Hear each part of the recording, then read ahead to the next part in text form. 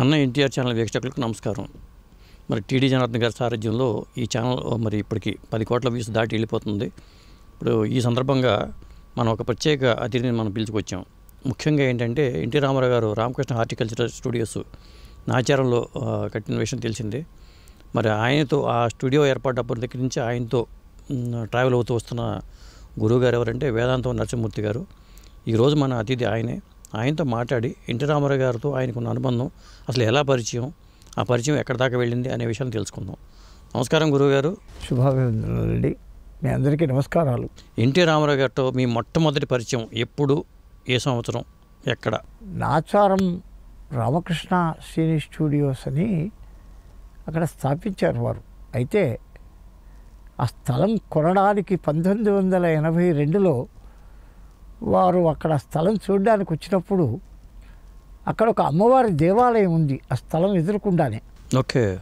ఆ దేవాలయంలో నేను 1973 నుంచి అర్చకుడిగా ఉన్నాను. కాళికాదేవి, మహాకాళీ దేవాలయం, మహాకాళీ సహిత మహాకాళీశ్వర స్వామి. ఓకే. మొదలు అమ్మవారు ఉంది, తర్వాత ఈశ్వరుడిని పెట్టాం. అది రామారావు గారి ఆధ్వర్యంలోనే ఆయనకి చెప్పి ఆ తర్వాత పెట్టారు. పని మొదలు పెట్టుకుని చేసుకో, నీకేం పర్వాలేదు నేను ఉన్నాను అంటే శివాలయం కట్టాను. ఓకే. వారి యొక్క ఆదరణతో 82లో అప్పటికి ఎన్టీ రామారావు గారు పార్టీ పెట్టారా? పార్టీ పెట్టారు. మార్చిలో పార్టీ పెట్టారు. ఏప్రిల్లో అట్లా ఆ స్థలం తీసుకున్నారు. ఆ స్థలం చూడడానికి వచ్చినప్పుడు నేను అక్కడ కూర్చొని ఉన్నాను దేవాలయం ముందర. మీరు ఇక్కడ అర్చకులా అని అడిగారు. మీరు ఆయన గుర్తుపెట్టారు కదా? నేను గుర్తుపట్టాను. ఆయన తెలవని వాళ్ళు ఎవరున్నారు? అదే జగవెరిగిన మూర్తి. అయితే ఏమిటి మీరు ఇక్కడ అర్చకులా అన్నారు. మహారాజా నేను ఇక్కడ పూజారిని. నేను ఎంతకాలం నుంచి ఉన్నారు అన్నాడు. నేను 7-8 సంవత్సరాల నుంచి ఉన్నాను. ఏమిటి ఈ స్థలం విషయంలో, ఈ పరిసరాలు ఎలా ఉంటాయి? ప్రశాంతంగా ఉంది మహారాజా, బాగుంది, ముందుకు వెళ్ళొచ్చు. అలాగే ఏమిటి మీ నామధేయం? నరసింహమూర్తి అండి. స్వగ్రామం ఎక్కడ? అయ్యా నాది కృష్ణా జిల్లా కూచిపూడి. మీ ఇంటి పేరు ఏమిటి? అయ్యా వేదాంతం వారు. ఓ సంతోషం. అక్కడ కనెక్ట్ అయి ఉంటారు, వేదాంతం అనగానే కనెక్ట్ అయి ఉంటారు. ఓ అవును, వేదాంతం వారు కూచిపూడి. రాఘవయ్య గారు ఏమిటి? మా పెద్దాతయ్య కొడుకు అండి, మా పెదనాన్నగారు. చాలా సంతోషం, మీతో కలుస్తాం అని వెళ్ళిపోయినారు. వారు 82 నుంచి ఆ యొక్క స్టూడియో కొన్న తర్వాత అది అక్కడ నిర్మాణం అనేది ఆరంభం చేశారు. ఓకే. అది దర్దాపులో ఒక 7-8 నెలలు పట్టింది. ఆ స్థలం అంతా బాగు చేయడం, కాంపౌండ్ వాళ్ళది తీసుకోవడం, అక్కడ ఆశ్రమం కట్టడం. ఫస్ట్ ఆశ్రమం కట్టారండి? కట్టారు. ఓకే. ఆశ్రమం కట్టారు అక్కడ ఆ స్థలంలో మధ్యలో. అంటే అప్పటికి ఆయన సీఎం అయ్యారా?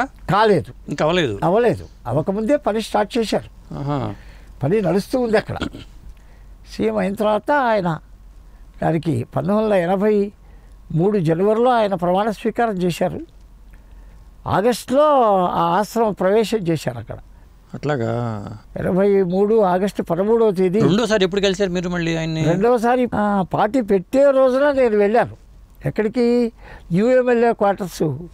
నేను పెద్దగా పరిచయం లేదు కదా. లేదు, పార్టీ పెడుతున్నారు అని. మీరు ఎందుకు వెళ్ళారు అక్కడికి?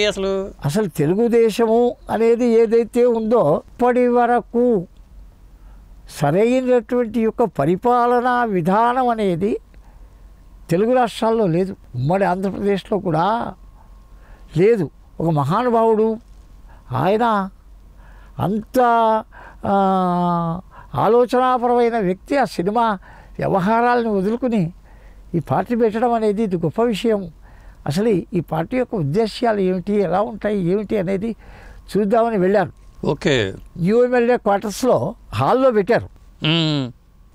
ఆ హాల్లో పెట్టడంలో హాల్ కొంచెం ఇరుగ్గా ఉంది. అది విపరీతమైన జనం వచ్చారు. సాయంత్రం 6 గంటలకి. మీకు ఎంత ఉంటుందండి వయసు అప్పుడు? నా వయసు దర్దాపుల్లో 23-24. ఓకే. ఆ ప్రాంతం 25 ఏళ్ళు. అప్పుడు అక్కడ జనం ఒకేసరికి ఆ కుర్చీలన్నీ అందరం ఉన్నాం.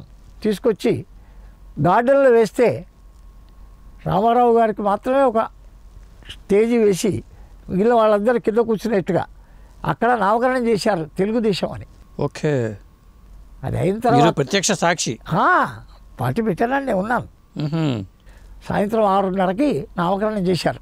అయిన తర్వాత నాకు కొంచెం ఈ పరంగా మనం కాస్త సేవ చేస్తే పార్టీకి ఎలా ఉంటుంది అనే ఆలోచన ఉండింది. ఓకే.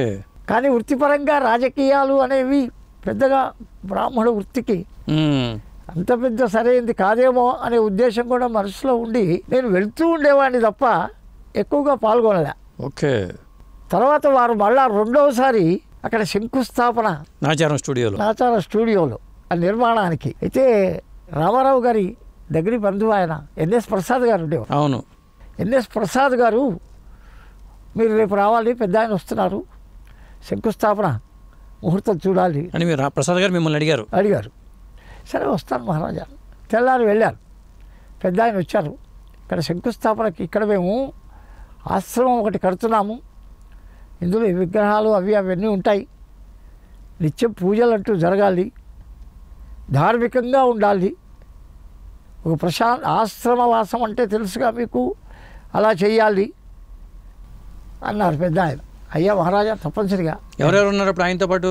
ఎన్ఎస్ ప్రసాద్ గారు ఉన్నాడు, బివి మోహన్ రెడ్డి గారు ఉన్నాడు, పర్వతేనేని ఉపేంద్ర గారు ఉన్నారు. మోహన్ రెడ్డి గారు ఏమో జాతకాలు కూడా చూస్తూ ఉంటారంటారు కదా? చూస్తాడు ఆయన కూడా, జాతకాలు ముహూర్తాలు. ఎమ్మిగలూరు ఇక్కడ. అదే మరి ముహూర్తం ఆయన అడిగారా మిమ్మల్ని అడిగారా? ఆయన ముహూర్తం నన్నే అడిగారు. నేను పెట్టిన ముహూర్తం మళ్ళా మోహన్ రెడ్డి గారు పరిశీలించి బాగుంది ముహూర్తం, శ్రావణ మాసంలో సింహలగ్నం. గుర్తుంది మీకు? శ్రావణ మాసంలో సింహలగ్నం బాగుంది, మంచి ముహూర్తం ఇది, వెళ్దాము అని చెప్పి. అంటే ఎన్టీ రామారావు గారి జాతకం చూసి చెప్పారా మీరు? నక్షత్ర ప్రకారం తారాబలం చూశారు. ముహూర్తం ఇది సంపత్తార చూసారా? సంపత్తార స్వాతి నక్షత్రానికి ఆ జన్మ నక్షత్రం నుంచి ఆ నిత్య నక్షత్రం దాకా. నిత్య నక్షత్రం ఏముంది ఆ రోజు రేవతి నక్షత్రం, సింహలగ్నం, రేవతి నక్షత్రం చక్కగా కలుస్తోంది అనే ఉద్దేశంతో ఆ ముహూర్తం పెట్టాము. ఆ సింహలగ్నము అనేది ప్రాముఖ్యత కలిగింది. ధైర్యాన్ని, శక్తిని, తేజస్సుని ఇవ్వగలిగేది. ఎందుకు? సూర్యుడు అధిపతి దానికి. అవును. ఆత్మకారకుడు, ధైర్యకారకుడు, శక్తికారకుడు. అందుకని ఆ సింహలగ్నం అంటే పెద్ద ఆయన కూడా చాలా ఇష్టం. ఓకే. ఆయన బాగుంది ముహూర్తం అని సర్టిఫై చేశారు. తర్వాత అప్పుడు హ్యాబిట్స్లో ఉండేవారు. మరి మోహన్ రెడ్డి గారు ఏమన్నారు దానికి? ఆ ముహూర్తానికి బాగుంది ముహూర్తం చూశారు. బాగుంది ముహూర్తం. మళ్ళీ నేను మోహన్ రెడ్డి గారు ఇద్దరు కలిసి మాట్లాడుకుని మంచి ముహూర్తం పెట్టారు. బాగుంది. 7:44 మార్నింగ్, ఆగస్టు 13. ఓకే. 83లో శ్రావణ మాసం అది. ఆ పట్న మన అక్కడ ఉండేవారు. ఎక్కడ? హ్యాబిట్స్లో ఉండేవాళ్ళు. హ్యాబిట్స్లో సాగర్ టాకీస్ ఎదురకుండా హ్యాబిట్స్ నుంచి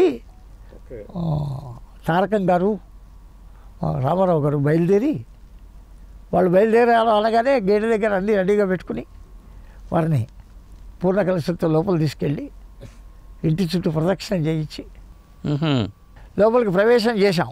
ఓకే. పూజ ఆరంభమైంది.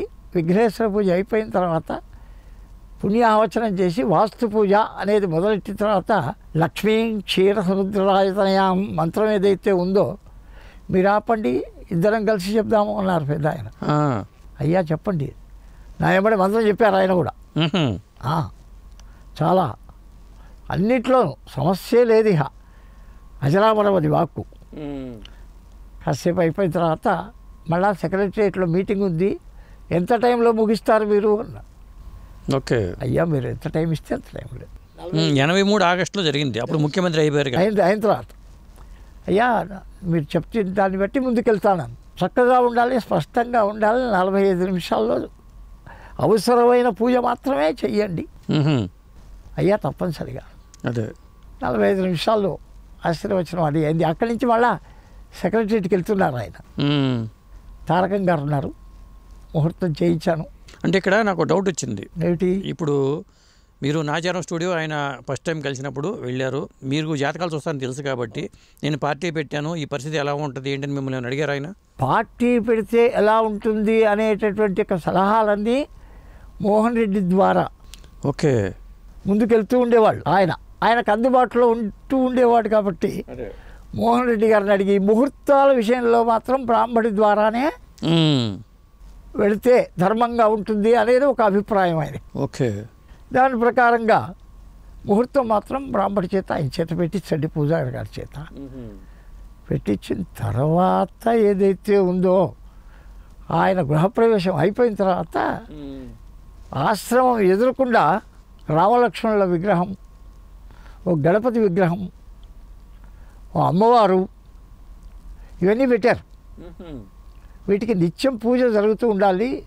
ఈ పూజ మీరు చేయాలి రోజు వచ్చి. నేను వారానికి ఒకసారి 4 రోజులకు ఒకసారి నేను వచ్చి చూస్తాను. తప్పనిసరిగా మహారాజా నేను వచ్చి రోజు చేస్తాను. ప్రతినిత్యం పూజకు వెళ్ళేవాడిని లోపలికి. ఓకే. వెళ్ళి ఆ విగ్రహాలని కడిగి పూజ చేసి వస్తూ ఉండేవాడిని. ఓకే. అలా జరిగిన తర్వాత ఏదైతే ఉందో 1 సంవత్సరం పాటు నాచారంలోనే ఉన్నారు ఆయన. అక్కడి నుంచే సెక్రటరియట్కి వెళ్ళడం, అక్కడి నుంచే రావడం. నేను నిత్యం పూజకు వెళ్తూ ఉండేవాడిని. వెళ్ళినప్పుడు ఏమైనా కలుస్తూ ఉండేవాళ్ళ ఆయన్ని? తెల్లవారుజామున ఏదైతే ఉందో 4:30 ఆ ప్రాంతంలో ఆయన ధ్యానము యోగా అన్నీ చేసుకుని బయట ఆ చల్లటి వాతావరణం, చెట్లు అవి ఉండేవి. ఓకే. వాటిల్లో అలా అలా తిరుగుతూ ఉండేవారు. అంటే బసవతారకం గారు కూడా ఉండేవాళ్ళు అక్కడ అప్పుడు? ఆవిడ కనపడలేదు. ఆహా. బసవతారకం గారి హ్యాబిట్స్లోనే ఉండేవారు. ఆరోగ్యరీత్యా కొంత వారికి ఈ వాతావరణం ప్రకారం రామారావు గారు ఆయన ఉన్నారు. ఇటు అటు తిరుగుతూ ఉంటే మహారాజా నమస్కారాలు, నేను వచ్చారా, మీ పని చేసుకోండి, పర్లేదు అని పూజ చేసుకుని నేను వచ్చేస్తూ ఉండేవాడిని. ఎప్పుడన్నా ఎలా ఉన్నారు మహారాజా, బాగున్నాను. మీకు ఏమనిపించేదండి ఆయన చూస్తున్నప్పుడు కానీ, ఆయన విధానాలు కానీ? అప్పుడు ఒక్క విషయం అండి, ఇక్కడ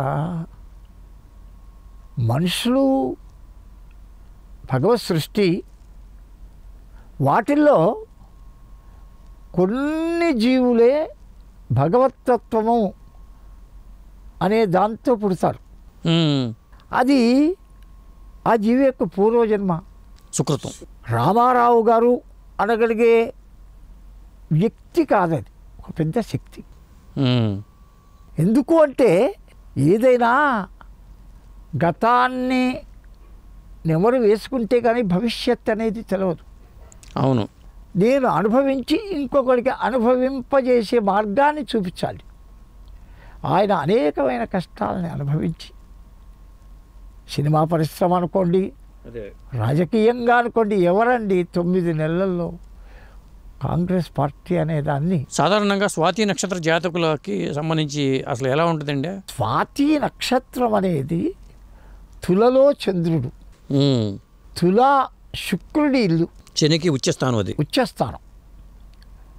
పాపగ్రహాలు, శుభగ్రహాలు రవి, రాహు, కుజ, శనులు 4 పాపులు. అవును. గురు, శుక్ర, బుధ, చంద్రులు 4 శుభులు. బుధుడు అటు ఇటు మారుతుంటాడు. చంద్రుడికి కూడా స్వయం ప్రకాశం లేదు. శుక్రుడున్నాడే, శుక్రుడు మాత్రం రాక్షస గురువు, ఆయన ధైర్యానికి కారకుడు.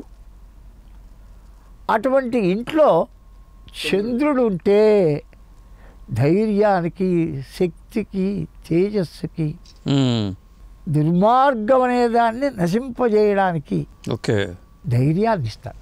ఓకే. ఆ లక్షణాలన్నీ పుష్కలంగా రామారావు గారిలో ఉన్నాయి. ఆయన దేంది ఇప్పుడు ఉమ్మడి ఆంధ్రప్రదేశ్లో నైజాం పరిపాలనలో ప్రజలు నలిగిపోయి బానిసత్వాన్ని అనుభవిస్తే సర్దార్ వల్లభాయ్ పటేల్ గారు సంస్థానాలని తీసేశాడేమో, కానీ అంతవల్ల స్వాతంత్రం రాలే. అవును. రామారావు గారంటూ రాజ్యాధికారాన్ని చేపట్టిన తర్వాత ఇప్పుడు గ్రామ కరణాలు ఉండేవాళ్ళు. అవును. వాళ్ళ ఇళ్లల్లో ఊడిగం చేస్తే కానీ ఆ స్థలం వాడికి ఉండేది కాదు. అటువంటిది ఆ మహానుభావుడు వచ్చి ఆ దాస్య శృంఖాల నుంచి తెలుగు రాష్ట్ర ప్రజల్ని బయటపడేసిన మహానుభావుడు ఎన్టీ రామారావు గారు. లేకపోతే ఆ కరణాలింట్లో, జమీందారుల ఇళ్లలో ఊడిగం చేస్తేనే కానీ ఆ పొలాన్ని ఆ స్థలాన్ని వాడి పేరు మీద ఉండేది ఇచ్చేవాళ్ళు కాదు. అసలు కర్ణం మున్సబ్ ఊళ్ళోకి వచ్చారంటే భయపడిపోయేవాళ్ళు. అంటే ఏం లేదు, వాళ్ళ ముందర చెప్పులు వేసుకుని నడవడానికి భయపడేవాళ్ళు.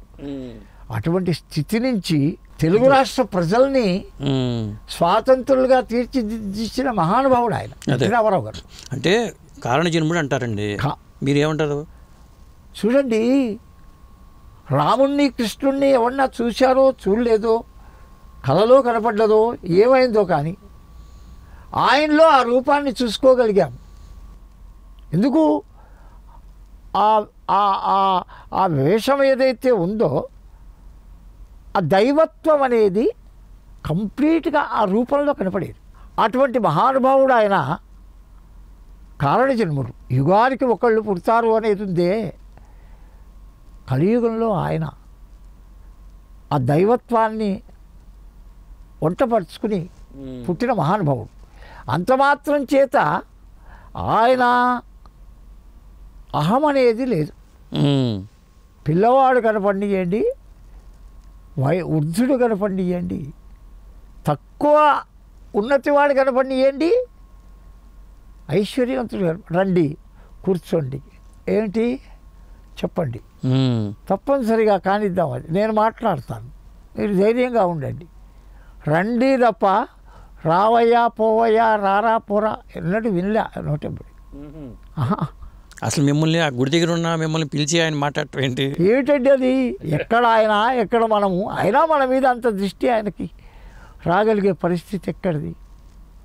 అది అటువంటి మహానుభావుడు ఆయన. చిన్న పెద్ద వీడిని ఏదో చూడాలి, వీడిని చిన్నగా చూడాలి, వాడిని పెద్దగా. అంటే ముషీరాబాద్లో స్టూడియో ఉన్నప్పుడు అసలు అక్కడ పెట్టాల్సిన అప్పుడు ఇదేమొచ్చిందండి? ముషీరాబాద్లో స్టూడియో సినిమా పరమైనటువంటి యొక్క సెట్టింగ్స్ కానీ, తర్వాత వాటికి తగ్గ మెటీరియల్స్ కానీ అవన్నీ అక్కడ నిక్షిప్తంగా ఉంచి కార్యక్రమాలు ఎక్కువగా అక్కడ చేస్తూ హార్టికల్చర్లు అంటే చెట్లు, వనాలు, దైవత్వాన్ని ఉట్టిపడగలిగే అదే పరిసరాలు, ఆశ్రమ వాతావరణం అనేది అక్కడ కుదరదు. గోల్కొండ చౌరస్తాలు అవును, అది రద్దీ కలిగిన ప్రాంతం, ఇది కాస్త ప్రశాంతంగా ఉన్న ప్రాంతం. ఆ పక్కన చెరువు, ఖాళీ స్థలాలు. వాస్తురీత్యా దానికి ఉన్న ప్లస్ పాయింట్స్ ఏంటండి? వాస్తురీత్యా తూర్పుకి చెరువు ఉందండి, మంచిది, అద్భుతం. ఉత్తరానికి డౌన్గా ఉంది పల్లం, రోడ్డు పశ్చిమ దక్షిణాలు ఉంది ఎత్తు. అవన్నీ దృష్టిలో పెట్టుకుని వారు అక్కడ ఎన్నుకున్నారు. అంటే పశ్చిమ వాయువ్యంలో మీకు ఎంట్రన్స్ ఉంది, పశ్చిమ వాయువ్యంలో ఎంట్రన్స్ పెట్టారు. ఆ ఎంట్రన్స్ ఆయన గేట్లోంచి ఎదురుగా రాగానే దేవుడు, అమ్మవారు, ఈశ్వరుడు కనపడుతూ ఉండేవారు. ఆ గేట్ తెరిచిపెట్టేవాళ్ళం. మరి కారు అలా గేట్లోంచి బయటికి రాగానే అమ్మవారి దర్శనం చేసుకుంటూ కారు టర్న్ అయ్యి వెళ్ళిపోయేది మెయిన్ రోడ్డు వెంబడి. మళ్ళా వెళ్ళేటప్పుడు ఇట్లా అమ్మవారి గుడి ముందర నుంచే యూటర్న్ చక్కగా డైరెక్ట్గా గేట్లోకి వెళ్ళిపోయేది. అలా వారు ఆ గేట్ని పెట్టించారు అక్కడ. అలా దర్శనం చేస్తూ వెళ్తూ వస్తూ. ఇంకా ఆ షూటింగ్లు ఏమైనా జరిగినాయి అక్కడ మీరే ముహూర్తాలు పెట్టేవాళ్ళు? నేనే ముహూర్తం పెట్టేవాడు. బ్రహ్మర్షి విశ్వామిత్ర కానీ, సామ్రాట్ అశోక్ కానీ, పెద్దన్నయ్య కానీ, ఇటువంటి సినిమాలు ఏమన్నా చూసేప్పుడు ముహూర్తాలని నేను పెట్టేవాడిని, పూజ చేయించేవాడిని. అట్లాగా ముహూర్తం పూజ నేనే చేయించేవాడిని. ఎదురున్నా పిలిచేవారు, వెళ్ళి పూజ చేయించి. బ్రహ్మర్షి విశ్వామిత్రకి పెద్ద ఆయనే పూజ చేశారు. ఓకే. ఇప్పుడు గురుగారు మీరు అసలు ఇక్కడికి ఎందుకు వచ్చారు? కూచిపూడి నుంచి ఇక్కడికి ఎందుకు వచ్చారు? 1957లో మా నాయనగారు వేదాంతం సాంబశివ శర్మ అని సారథి స్టూడియోకి వచ్చాడు. మా పెద్దవాళ్ళందరూ ఫిలిం ఫీల్డ్గా ఉన్నారు. పశుమర్తి కృష్ణమూర్తిని మా మేనమామ, వేదాంతం రాఘవయ్య గారు మా పెద్దాతయ్య కొడుకు, మా పెదనాయ గారు. ఓకే. వెంపటి చిన్న సత్యం, వెంపటి పెద్ద సత్యం, అందరం కూచిపూడి వాళ్ళమే. ఓకే. వేదాంతం జగన్నాథ శర్మ, ఆయన డాన్స్ డైరెక్టర్గా ఉండే. అవును. సరే, వాళ్ళ పరంగా మా తండ్రి గారు కూడా సినిమా ఫీల్డ్లో పనిచేస్తుండేవాడు. ఏం పని చేసేవాళ్ళు? ఆయన వైలన్ వాయించేవాడు. ఓకే. డ్యాన్స్ కూడా చెప్పేవాడు, డ్యాన్సు డైరెక్షన్గా. కులదైవం, కుంకుమరేఖ, మా ఇంటి మహాలక్ష్మి, జల్సారాయుడు, ఆత్మబంధువు, కలిసి ఉంటే కలిసి సుఖం, ఈ సినిమాలని సారథి స్టూడియోస్, అవును, తలపల్లి రాజా గారిది. తలపల్లి రాజా గారిది. సారథి స్టూడియో కోసం మా నాయన కొంతమంది మా కూచిపూడి వాళ్ళందరూ, కొంతమంది మెడ్రాస్ వెళ్ళారు, కొంతమంది హైదరాబాద్ వచ్చారు. హైదరాబాద్ వచ్చిన వాళ్ళల్లో మా నాయనగారు. మీరు ఎందుకని ఆ సినిమా వైపు వెళ్లకుండా, కళల వైపు వెళ్లకుండా, డ్యాన్స్ వైపు వెళ్లకుండా ఇటు వచ్చారు పౌరోహిత్యం వైపు? పౌరోహిత్యం వైపు రావడానికి కారణం ఏమిటి అంటే, కొంతకాలం నేను వైలన్ వాయిస్తాను, మ్యూజిక్ డిప్లొమా చేశాను, సంగీతం డిప్లొమా చేశారు. కొంతకాలం అయిన తర్వాత మా తండ్రి గారు అస్వస్థతకి ఇబ్బంది పడ్డాడు ఆయన. దాంతో నేను కుటుంబ భారం. ఎంతమంది మీరు అన్నదమ్ములు? 3 అన్నదమ్ములం, 3 అక్క చెల్లెళ్ళు, నేను పెద్దవాడిని. ఓకే. కుటుంబ భారం వల్ల అమ్మవారి దేవాలయంలో అర్చకత్వం చేసి, ఓకే, అంతకుముందు పౌరోహిత్యపరంగా మల్కాజ్గిరిలో కురిమేటి వెంకయ్య జోషి గారని మా గురువు గారు, ఆయన దగ్గర ఇంత వేదం చెప్పుకున్నాను, జ్యోతిష్యము పౌరోహిత్యము చెప్పుకుంటే, ఓకే, సంగీతం డిప్లొమా చేస్తూ ఉండేవాడిని. తండ్రి గారు సుస్థి కావడంలో కుటుంబ పోషణ కోసం ఓకే ఈ వృత్తికి రావాల్సి వచ్చింది. దీంట్లోనే తమ్ముళ్ళ పెళ్ళిళ్ళు చేస్తూ పిల్లల అంటే బాధ్యతలన్నీ మీ మీద పడినాయి. దాంతో కుటుంబ పోషణపరమైనటువంటి యొక్క మార్గాన్ని, సరే తల్లిని నమ్ముకుంటే అమ్మ అడిగితే ఏంది లేదని, అంతకుముందు ఆ దేవాలయంలో ఏమో రూపాయి వచ్చేది కాదు. రామారావు గారు ఎప్పుడైతే అక్కడ స్టూడియో అంటూ ఆయన నిర్మాణం మొదలు పెట్టారో కూడా బాగా అభివృద్ధి పొందినాయి. ఓకే. ఆ గుడికి ఏం లేదు, అడవి. ఆయన అక్కడికి స్టూడియో నిర్మాణం జరుగుతోంది, ఎన్టీ రామారావు గారిది అన్నప్పుడు ఒక్కొక్కళ్ళు స్థలాలు కొనుక్కోవడం మొదలుపెట్టారు అక్కడ. ఓకే. అంతకుముందు ఏం లేదు, హెచ్ఎంటీ కాలనీ ప్రపోజల్ అని ఒక బోర్డు ఉండేది, అంతే. అసలు ఎవరిది ల్యాండ్? రామారావు గారు కొన్నటువంటి ల్యాండ్ నారాయణ రెడ్డి అని ఏఎన్ఆర్ ఫంక్షన్ హాల్ అని పక్కనే ఉంది. ఓకే. ఆ ఫంక్షన్ హాల్ ఓనర్ది. ఆ ఓనర్ దగ్గర రామారావు గారు ఆ స్థలాన్ని తీసుకున్నాడు. ఆ స్థలాన్ని అమ్ముతూ 1 ఎకరా స్థలం ఈయన ఉంచుకున్నాడు, ఈ ఏఎన్ఆర్ ఆయన ఉంచుకున్నాడు. పేరు కనిపించేది మన స్టూడియో రామారావు గారు పక్క పక్కన ఉన్నారు అనుకునేవాడిని. కాదు. ఓకే. ఆయనది స్థలం అది. ఓకే. ఆయన రామారావు గారికి మిగిలిన స్థలాన్ని అమ్మి మొత్తం అమ్ముకుంటే నా కొడుకులు ఊరుకోరని 1 ఎకరం. తర్వాత అమ్మవారి దేవాలయాన్ని డెవలప్ చేద్దామన్న ఆలోచనకి ఎన్టీ రామారావు గారు ఎలా సహకారం అందించారు? నేను వెళ్ళి అడిగాను, ఏమని? మహారాజా దేవాలయం చిన్నగా ఉంది, తమ సహకారం కావాలి. ఏం కావాలి మీకు అన్నా. శివాలయం కట్టాలి అని అనుకుంటున్నాను. మీకు నిర్మాణం చేసుకోండి, మీకు ఏ రకమైన అవసరం ఉన్నా మా ప్రసాద్కి చెప్పండి, ఎన్ఎస్ ప్రసాద్ గారికి చూస్తాడు అన్నారు. సరే, దేవాలయం శంకుస్థాపన చేసిన తర్వాత దానికి కావాల్సినటువంటి యొక్క కరెంటు కానీ, తర్వాత ఏమన్నా పర్మిషన్స్ కానీ అవన్నీ ఏర్పాటు చేశారు చక్కగా. అయితే నీళ్లు లేవు, నీళ్లు వాడుకోవడానికి యోగ్యంగా ఉండేవి కావు. గారి ఆశ్రమంలోకి ఒక పైపు వేస్తున్నారు.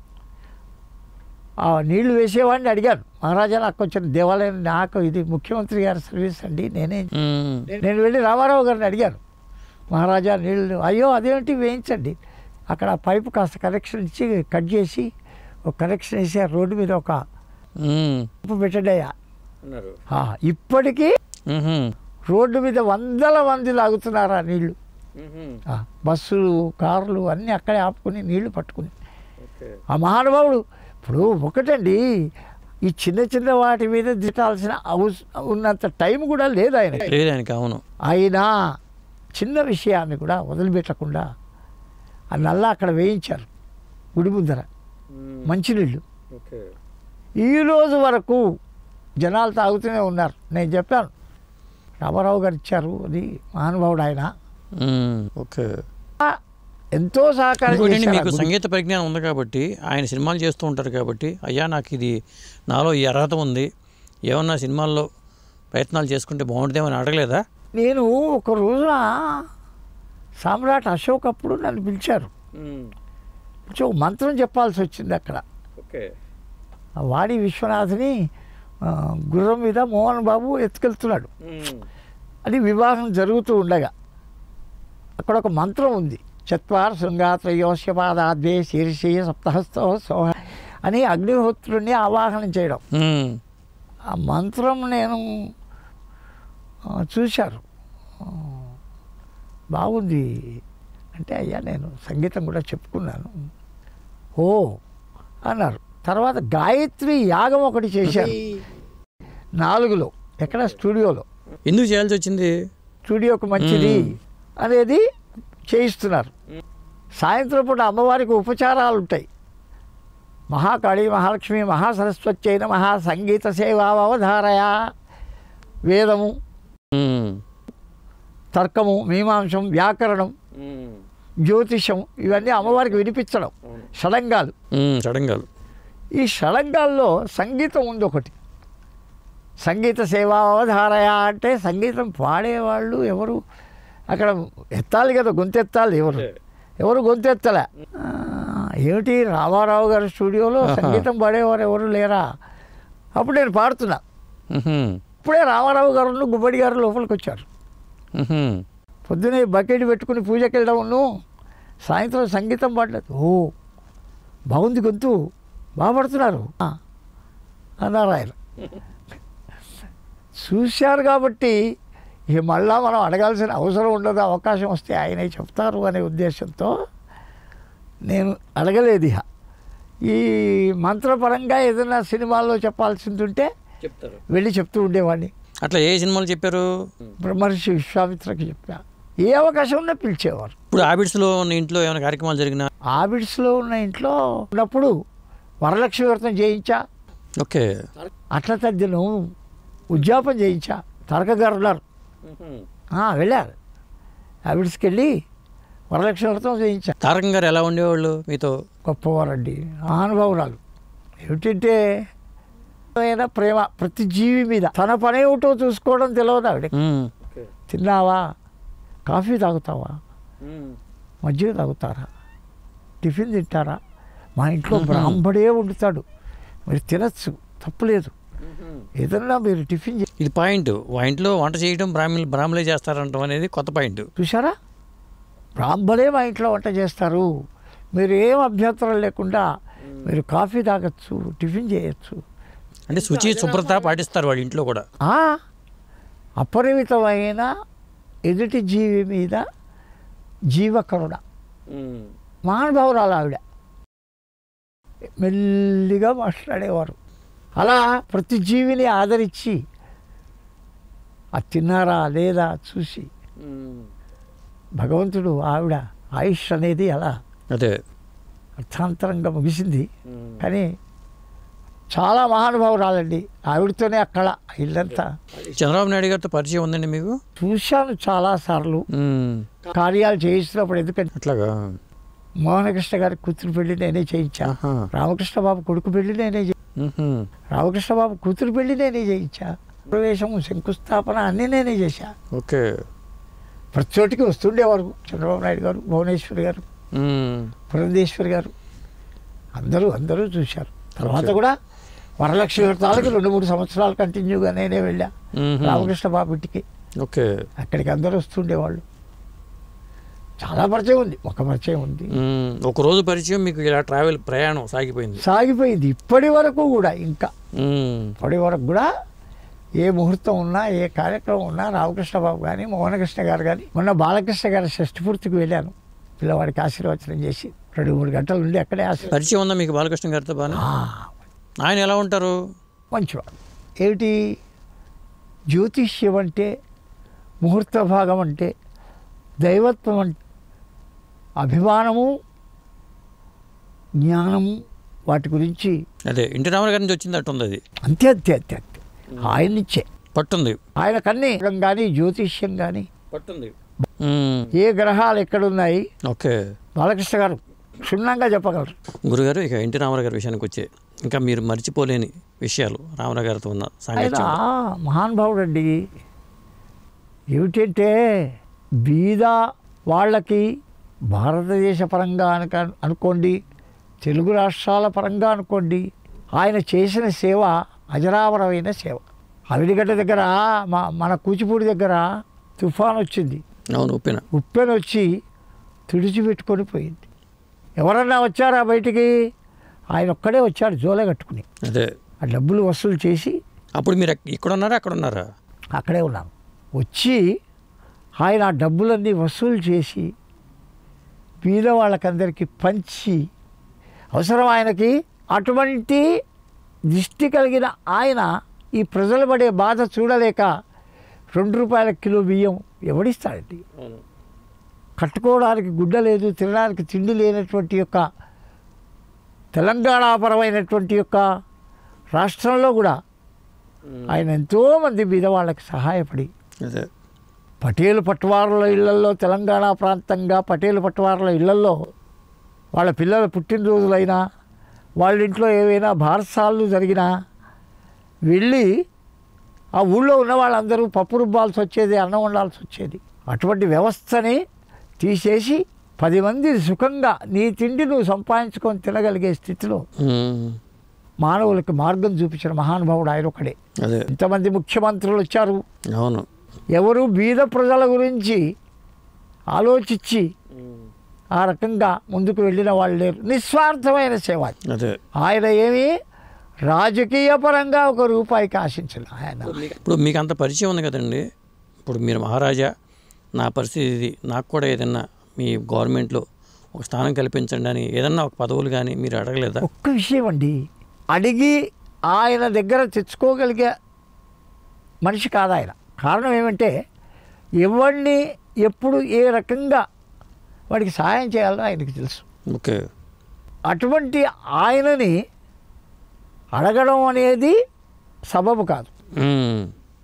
వారు నిన్ను గుర్తించి నువ్వు ఇది చేసుకోరా బాగుంటుంది అనగలిగే గౌరవానికి వెళ్ళి ఆయన్ని ఇబ్బంది పెట్టి ఒత్తిడి చేసి నాకు ఇది ఇవ్వండి, నేను మీకు సర్వీస్ చేశాను ఇబ్బంది పెట్టి ఆయనకి ఎవరిని ఎప్పుడు ఏ రకంగా గౌరవించాలనో తెలవని వాడైతే మనం వెళ్ళి అడిగి తెచ్చుకోవచ్చు. ఆర్థికపరమైన సహాయం అయినా, ఏదన్నా వృత్తిపరమైన సహాయం అయినా, మరి అదే దేవాలయం, నేనున్న దేవాలయం ఎండోమెంట్లో ఆ రోజున ఎండోమెంట్ వాళ్ళు దాన్ని తీసుకోవడానికి ప్రయత్నించారు. ఆ రోజున నేను వెళ్ళి, మహారాజా ఇలా మీకు ఎండోమెంట్లో ఉంటే బాగుంటుందా, మీ చేతుల్లో ఉంటే బాగుంటుందా, మీరు ఎన్నుకోండి అన్నారు. మహారాజా నేను నడిపించుకుంటాను, ఆల్ రైట్, మీ దగ్గరే ఉంటుంది, వెళ్ళండి అంతే. తెల్లారించి ఎండోమెంట్ వాటర్ రావడం మానేశారు. ఓకే. అలాంటి సహాయాలు. ఇప్పుడు పంచముఖుడు ఈశ్వరుడు, ఎక్కడ విగ్రహం లేదు. ఆయన ఎంత దైవభక్తి, ఎంత అజరామరమైన భక్తి మనస్సులో దాగి ఉందో అది గుర్తించిన వాడే గుర్తించగలడు ఆ దైవత్వం. ఆయన 5 ముఖాలు కలిగిన ఈశ్వరుణ్ణి తీసుకొచ్చి ఆ స్టూడియోలో పెట్టి రోజు పూజ చేసుకునేవాడు. అటువంటి మహానుభావుడు ఆయన. ఇప్పుడు ఆయన్ని మనం కారణజన్ముడు యుగ పురుషుడు అనుకుంటున్నామండి. కారణజన్ముడు యుగ పురుషుడు అనుకునే వాళ్ళకి మోక్షం కలుగుతుంది కదా, మళ్ళీ జన్మ ఉండదుగా? జన్మరాహిత్యానికి భగవత్ సేవే మార్గం. కలో దర్శనాన్ముక్తి, కలియుగంలో దర్శన మాత్రం చేతనే ముక్తిని ప్రసాదించగలిగే భగవతత్వం ఉందే. ఆయన కృష్ణుడి పాత్ర వేయాలంటే భాగవతం మొత్తం చదివాడు, భీష్ముడి పాత్ర వేయాలంటే, రామచంద్రుడి పాత్ర వేయాలంటే రామాయణం మొత్తం చదివాడు. అది ఆయన మోక్షానికి కారకం కాదా? చాలు. యశస్మరణ మాత్రేణ జన్మ సంసార బంధనాత్ విముచ్యతే. దేని నుంచి? స్మరణ మాత్రం చేతనే ముక్తిని ప్రసాదించగలిగే భారత భాగవత రామాయణాల్ని ఆయన దాన్ని పరిశీలించి 10 మందికి దృశ్య రూపంలో చూపించి ఆయన ఒళ్ళంతా విరుచుకుని కష్టపడి, భక్తి అనేది ఇలా ఉంటుందిరా, భగవంతుడు అనేవాడు ఇలా ఉంటాడు, భగవంతుడిని ఆశ్రయిస్తే మీకు ఇటువంటి ముక్తి కలుగుతుంది అని అభినయపూర్వకంగా తెలియజేసి పామరుడికి కూడా భగవంతుడు అంటే ఏమిటో చూపించగలిగే శక్తిని. కాబట్టి ఇంత భక్తి తత్పరత ఎట్లా ఏర్పడుతుంది? ఆ సినిమాలు చూడబట్టి, ఆ ప్రభావం వల్ల జనంలో, ఆ సినిమా చూడబట్టి ఆ ప్రభావం వల్ల అవతల వాడికి భక్తి అనేది ఏర్పడుతుంది. ఇప్పుడు తిరుపతి దర్శనానికి వెళ్ళిన వాళ్ళు మెడ్రాస్లో ఆయన ఇంటికి వెళ్ళేవాళ్ళు ఆయన చూడడానికి. కేవలం అంత బిజీగా ఉన్నా ఆయన్ని దర్శనం చేసుకుని మరీ వెళ్ళేవాళ్ళు. ఎందుకు? ఒక రాముడు, ఒక కృష్ణుడు ఎలా ఉంటాడు ఆయన రూపంలోనే చూశారు. అలా అటువంటి ఆయనకి ఆ యొక్క ఆ రూపమే ముక్తిని ప్రసాదిస్తుంది. అదే ఆ పాత్ర వేసిన రోజులు ఆయన నిద్ర ఆహారాదులు సాత్విక ఆహారమును సాత్వికమైనటువంటి యొక్క అదే ఆచరణ కలిగి ఆ పాత్ర వేస్తేనే కదా రూపం వచ్చింది. అంటే ఆహార నియమాలు కూడా దీంట్లో ఉంటాయండి సార్ సాధారణంగా. తమో గుణ తీసుకుంటే ఆహారం సాత్విక ఆహారం. రావణాసుడి పాత్రకి అయితే అట్లాంటి తీసుకోవచ్చు. అదే రాముడి పాత్రకు లేదు. రాముడి పాత్ర లేదు. సాత్విక ఆహారమే. ఆ సాత్విక ఆహారం వల్లనే ఆ రూపం ఏర్పడుతుంది. అదే పళ్ళు పాలు అలాంటిది ఆచరణ అదే అనేది ఆ రూపాన్ని తెచ్చిపెడుతుంది. అది మనం అనుకుంటే నాకు కనపడాలి అంటే కనపడదు కదా. అలా దాన్ని నువ్వు ఆచరించినప్పుడే అది నీకు ఆ యోగాన్ని కల్పిస్తుంది. ఇటువంటివన్నీ కూడా ఆయన ముందే గమనించి అలాంటి గమనించి పాటించి నాకు తెలుసు కదా అనే ఆలోచన లేకుండా దాన్ని ఒక 10 సార్లు పరిశీలించి ఇంకొకటి అభిప్రాయం తీసుకుని దాన్ని కరెక్ట్గా నిర్ధారించుకున్న తర్వాత ఒకసారి ఉగాది 2 రోజులు వచ్చింది. సోమవారం మంగళవారం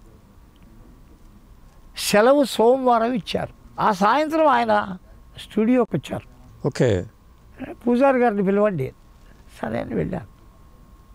ఉగాది విషయంలో మీ అభిప్రాయం మహారాజా మంగళవారం అవుతుందేమో, ఎక్కడ చదువుకున్నారు? నిర్ణయ సింధు అనే పుస్తకంలో రాసింది. నిర్ణయ సింధు అనే పుస్తకంలో రాసింది. ఏం రాసింది అన్నాడు. అమావాస్యతో కూడిన పాడ్యమి నింద్యము, పాడ్యమితో కూడిన విధియ యోగ్యము అని రాసింది. ఎక్కడుంది పుస్తకము అన్నాడు. నా దగ్గర ఉంది, తీసుకురండి. అప్పుడే ఎదురకుండా పరిగెత్తుకొచ్చి గుళ్ళోకి పుస్తకం తీసుకెళ్ళి చూపించారు. చూశారు. అవునవునవును కరెక్ట్, మొత్తం లీవ్ క్యాన్సిల్ చేసి పారేయండి అని సోమవారం క్యాన్సిల్ చేసి మంగళవారం ఇచ్చారు. ఇప్పుడు ధర్మసింధు నిర్ణయ సింధు, ధర్మసింధు నిర్ణయ సింధు, ఉత్తర కాలామృతం, అవును, బ్రహ్మయావిళం, రుద్రయావిళం, ఇవన్నీ ధర్మశాస్త్ర గ్రంథాలు. ఎల్లాజీయం, పూర్వకాలామృతం, కొన్ని ఏమిటి మోక్షకర్మల్ని సూచించేవి ఎల్లాజీయం, గరుడ పురాణం, వీటికి. ఓకే, కామ్యకర్మల్ని సూచించేవి ధర్మసింధు, నిర్ణయ సింధు, ఉత్తర కాలామృతం, రుద్రయావిళం, బ్రహ్మయావిళం, ముహూర్త దర్పణం. ఇప్పుడు ఈ విషయానికి నిర్ణయ సింధులోనే చూడాలి, అదే పాటించాలని ఎలా? ధర్మసింధులో లేదా ఆ పాయింట్? ధర్మసింధువులో ఉన్న పాయింట్ ఏదైతే ఉందో ఒక్కొక్క మహర్షులు ఒక్కొక్క అభిప్రాయాన్ని వ్యక్తపరిచారు. ఓకే, ఇద్దరు మహర్షులది ఏకాభిప్రాయంగా ఉన్నప్పుడే అది ఆచరణకు యోగ్యం. అది కూడా పరిశీలించాలి. ఓకే, నిర్ణయ సింధు చూడాలి, ధర్మసింధు చూడాలి. దీంట్లో విస్తారంగా ఉంటే దానిలో క్లుప్తంగా ఉంటుంది. ఓకే, అంటే నిర్ణయ సింధులో విస్తారంగా ఉంటుంది, ధర్మసింధులో క్లుప్తంగా ఉంటుంది. ఓకే, ఈ క్లుప్తంగా ఉన్నది నీకు అవగాహన అవుతుందో కాదో నిర్ణయ సింధువులోకి వెళ్ళి పరిశీలించు. అవి రెండు చూసుకున్న తర్వాత నిర్ధారణకు రా. అదే అలాంటి ధర్మాన్ని ఎన్టీ రామారావు గారు చూడండి, ఆయన మీతో నిర్ణయ సింధు తెప్పించి చూశారు. ఆయన అది చూసి అప్పుడే నిర్ధారణ. అంతే, ఏదో మా గురువు గారు నాకు చెప్పారు నేను మీకు చెప్తున్నాను అంటే అక్కడ ప్రమాణం కనపడాలి. అంటే సత్య శోధన ఉంది ఆయనలో. అదే నువ్వు అక్కడ ప్రమాణం చూపించండి, నువ్వేదో ఊరికి నోటి మాట చెప్పి వెళ్ళిపోతాను మీ మాట నమ్మి నేను ఇవ్వడం లేదు, మీరు ప్రామాణికం చూపించండి. లేదు, ప్రమాణం చూపించండి, దాని దృష్టాంతం చూపించండి. ఎందుకు? ఆయనకు కూడా దాని మీద పరిపూర్ణమైన అవగాహన ఉంది కాబట్టి. లేకపోతే ఇది ఇవాళ రేపా అనే డౌటే రాదు. ఆయనకి దాని మీద పరిపూర్ణమైన అవగాహన ఉంది. అదే ఇప్పుడు ఈ పాయింట్ అనేది రేపు మనం వీడియో చూసిన తర్వాత నిర్ణయిస్తారు కూడా. ఆ పాడ్యమితో కూడిన అమావాస్యన, పాడ్యమితో కూడిన విధియన అనేది అదే ఆ నిర్ణయ స్థితి చూసిన వాళ్ళకి ప్రతి వాళ్ళకి తెలుస్తుంది. సెలవు ఇప్పుడు ఇవ్వాలి ఏంటి అనేది. అలాంటిది ఆయన ఒక ప్రమాణం కనబడింది, తన కళ్ళతో చూడండి ఏది నిర్ణయం అనేది. ఓకే, 100 మంది 100 చెప్పనియండి. ఆయన గురువుగారు ఇప్పుడు మీరు ఇందాక నేను ప్రస్తావన చేశాను, సంగీతం మీరు పరిజ్ఞానం ఉంది కదా సినిమాలకి, పోనీ వేషం అన్నా వేశారా? పోనీ రామారావు గారు ఒకసారి సామ్రాట్ అశోక్ అనే సినిమా తీస్తున్న సందర్భంలో యజ్ఞం దగ్గర మంత్రం చెప్పగలిగే సందర్భంలో చెవులకన్నీ ఆ రుద్రాక్షలు క్లిప్పుల్లాగా పెట్టి చెవులకు పెట్టి మేకప్ అది ఇది చేశారు. టేకు కట్టు అనేసరికి ఒక 3-4 గంటలు పడుతుంది. అవును, ఇవన్నీ ఒత్తుకుపోతున్నాయి. మీరు ఒత్తుకుపోతుంది రామారావు గారు ఎట్ట భరించారు మరి అప్పుడు? నేను చెబుతున్నా అనేసరికి నేను పక్క ఎవరో సత్యనారాయణ గారు ఎవరో ఉన్నారు అక్కడ, కైకాల సత్యనారాయణ గారు ఎవరో ఉన్నారు. ఆయన దగ్గరికి వెళ్ళి మహారాజా ఇది నాతో చెబితే ఏం లాభం అండి, పెద్ద ఆయనతో చెప్పండి. దగ్గరికి వెళ్ళా, మహారాజా నేను గొంతు ఏదన్నా వాడుకోండి కానీ ఇది నన్ను చాలా ఇబ్బంది పెడుతుంది. అలాగా వద్దా మీకు తీసేద్దామా? అరే అవన్నీ తీసేయండి, ఆయనకి వద్దు, ఆయన ఇబ్బంది పెట్టకండి. అదేదో మంత్రం చెప్తారు అది చూడండి అని చెప్పి పాపం ఆయన అప్పటిదప్పుడు తీయించేశారు. వెళ్ళి చెప్పుకున్నా, అక్కడ కూర్చున్నారు. పెద్ద ఆయనతో చెప్పండి, మేము ఎవరని చెప్పి నాకు వదిలేదు. సన్నివేశంలో ఉన్నారు మీరు అయితే? ఉన్నాను. ఓకే. ఆ మంత్రం చెప్పే దగ్గర హోమగుండం దగ్గర కూర్చున్నాను. ఆ పేర్లు వచ్చేటప్పుడే, అదే స్క్రీన్ మీద పేర్లు వచ్చేప్పుడు టైటిల్గా ఉన్న మంత్రం. ఓకే, ఏంటండి అది ఒకసారి? చత్వార శృంగాత్రయోస్య పాదాద్వే శీర్షే సప్తహస్తో సోహస్య. అది అగ్నిహోత్రుని ఆవాహనం చేయడం, అగ్నిహోత్రుని అక్కడ ప్రతిష్ఠించి దాంట్లో హోమం చేయడానికి. సప్తజి దిశీర్షక. అగ్నిహోత్రుడికి 7 నాలికలు, 2 తలకాయలు. దేవానాం ఆద్యం ఆహారం. మనుషులం కనుక అన్నం ఎట్లా తింటున్నామో దేవతలకు నెయ్యి, మంచి నెయ్యి ఆహారం. కామధేనో సముద్భూతం సర్వక్రతుష్ఠిత సముస్థితం దేవానాం ఆద్యమాహారం శాంతిం ప్రయచ్చమే. స్వాహ గణాధిపతయే స్వాహ, సూర్యాయ స్వాహ, మహావిష్ణవే స్వాహ, రుద్రాయ స్వాహ. ఎవరి నామం తీసుకెళ్ళి వాళ్ళకి అప్పచెప్పగలిగే డ్యూటీ అగ్నిహోత్రుడిది. హోమం వెలిగించి యజ్ఞాయ స్వాహ, మహావిష్ణవే స్వాహ, ఓకే, సూర్యాయ స్వాహ, గణాధిపతయే స్వాహ. అదే అంటే ఎవరి పేరు చెప్తే వాళ్ళ దగ్గరికి మన చీటీ తీసుకెళ్ళి ఫలాని వాడు నీకు ఇది ఇస్తున్నాడు అని చెప్పగలిగేటటువంటి యొక్క మంత్రం అది. ఓకే. అక్కడ ఆవాహనం చేసి దంపతుల యొక్క ఆయుష్ కోసం స్థాళీపాక హోమం చేస్తూ, వివాహాల్లో కూడా చాలా సందర్భాల్లో చేస్తూ ఉంటారు హోమాలు ఉన్నాయి. సదస్యము, నాగవల్లి, ఇవన్నీ హోమాలు. మీకు ఎన్టీ రామారావు గారితో అంత ట్రావెల్ అవ్వటం కూడా మీకు ఒక యోగం ఉంది మీ దాంట్లో. అంత మహానుభావుడు ఆయన. సామాన్యుల దృష్టి ఆయన మీద పడడం, ఎవరినైతే ఆయన గుర్తించాడో వాడు అదృష్టవంతుడే. అటువంటి మహానుభావుడు ఎవరో పరిచయం చేసుకుంటే పరిచయం కాగలిగే ఇది కాదు ఆయన ఆ యొక్క రూపం. ఆయనంతటా ఆయన వాడికి మీద దృష్టి పోయి నువ్వు రావయ్యా అంటేనే అలాంటి మహానుభావుడితో పరిచయం ఏర్పడడం గొప్ప విషయం, పూర్వజన సుకృతంగా భావించాం. మన వాళ్ళు ఏమిటి, ఆయన పిలవడం ఏమిటి, ఇది మన అదృష్టం. ఈ అవకాశం భగవంతుడు. మీ ఇంట్లో చెప్తే ఏమన్నారు ఈ విషయాన్ని? ఫస్ట్ నేనే నమ్మలేదండి. రామారావు గారు పిలుస్తున్నారంటే మనల్ని ఏంటి సీఎం గారు పిలుస్తున్నారు. సీఎం గారు ఏంటి, మన వాళ్ళని పిలవడం ఏమిటి, మనం ఎక్కడ, ఆయన ఎక్కడ, ఏంది ఇదంతా అదే అని నమ్మలేదు. వాళ్ళమే నమ్మలేదు. అదే ఫస్ట్ టైం ఏమో హీరోగా మీరు పిలిచారు అంతే స్టూడియోకి ముందు, తర్వాత సీఎంగా మీకు పిలుపు వచ్చింది. అలాంటి మహానుభావుడు ఆయన. మీకు పిల్లలు ఎంతమంది గురువు గారు? నాకు 3 కుమారులు, ఒక కుమార్తె అండి. కుమార్తె హై స్కూల్ హెచ్ఎంగా పనిచేస్తుంది. ఓకే. పెద్దవాడు చార్టెడ్ అకౌంటెంట్ చేశాడు. రెండోవాడు సాఫ్ట్వేర్ ఇంజనీర్. ఓకే. మూడోవాడు యుఎస్లో ఉన్నాడు. ఓకే. అందరికీ వివాహాలు అయినాయి, అందరికీ సంతానం అయింది. గురుగారు, నేను ఒక ఫోటో చూశాను. రామారావు గారు మరి బసవతారకం గారు ఒక పళ్ళెం పట్టుకుని ఉన్న ఫోటో మీది. అది ఏ సందర్భం, ఏంటి, దాని వెనకాల ఉన్న కథ ఏంటి? 83 ఆగస్టు 14వ తేదీ గృహప్రవేశం నాడు మేము ఏమేమి తీసుకుని రావాల్సి వస్తుంది అని అడిగారు ఆయన. ఏది రామకృష్ణ స్టూడియోదా? రామకృష్ణ స్టూడియోది. మహారాజా, అమ్మగారు దేవుళ్ళని పట్టుకోవాలి, మీరు మామూలుగా రావచ్చు, మీరు గుమ్మడికాయ దిష్టి తీయడం తర్వాత అవన్నీ మీకు చేస్తాం, పూర్ణ కలశం అది మీకు ఇస్తాం. అమ్మగారు దేవుళ్ళని పట్టుకోవాలి. ఎలా? ఒక పళ్ళెల్లో మన ఇంట్లో దేవతార్చనలో ఉండే విగ్రహాలు ఒక పళ్ళెల్లో పెట్టుకుని సామాన్యంగా గృహప్రవేశాలప్పుడు ఇంటి చుట్టూ దేవుణ్ణి తీసుకుని ప్రదక్షిణం చేసి లోపలికి వెళ్ళి దేవతా స్థాపన చేయడం. ఫస్ట్ దేవుణ్ణి లోపల తీసి ఆవును తోలి, ఆవును దూడను తోలి, అది అయిన తర్వాత దేవుణ్ణి తీసుకుని మనం ప్రవేశించడం అనేది ధర్మం. అది దేవుళ్ళన్నీ పళ్ళెల్లో అమ్మగారు పట్టుకోవాలి అనే సందర్భంలో ఆ దేవుళ్ళన్నింటినీ పళ్ళెని చేతికిచ్చి ఆ పళ్ళెల్లో దేవతార్చన విగ్రహాలన్నీ పెట్టి అమ్మగారి చేతికిచ్చి